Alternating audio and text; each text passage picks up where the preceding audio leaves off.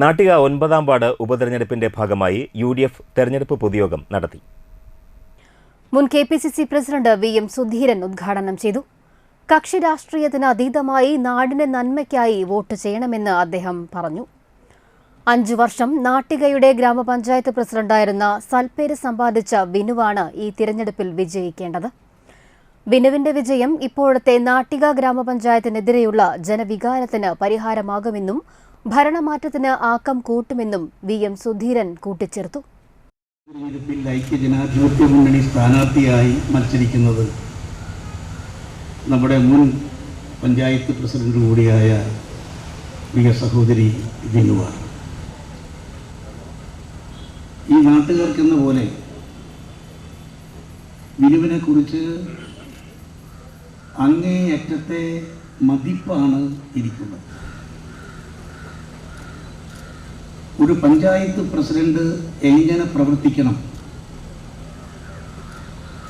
എന്ന് എന്നോട് ചോദിച്ചാൽ ഞാൻ പറയും, അത് വിനു പഞ്ചായത്ത് പ്രസിഡന്റായതുപോലെ പ്രവർത്തിക്കണം. ആ ഒരൊറ്റ കാരണം കൊണ്ട് തന്നെയാണ് ഞാൻ വന്നിട്ടുള്ളത്.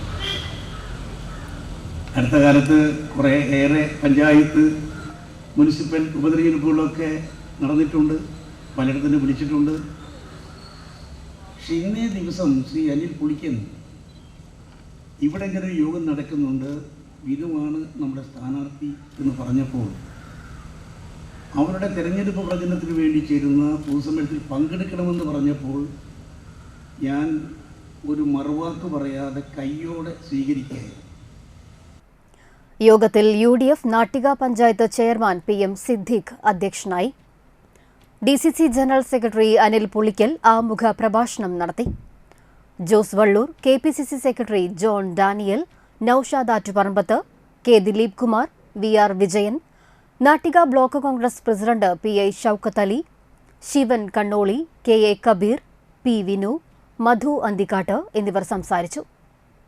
ഗ്രാമപഞ്ചായത്ത് മെമ്പർമാരായ CS Manikandan, Bindu Pradeep, Raseena Khalid, KR Dasan, block Congress committee ഭാരവാഹികളായ VD Sandeep, AN Sidhaprasad, CG Ajith Kumar, Jeeja Shivan, Sandhya Shaji, KV Sukumaran, Ambika Ramachandran, Vasanthan കുണ്ടായിൽ എന്നിവർ പങ്കെടുത്തു.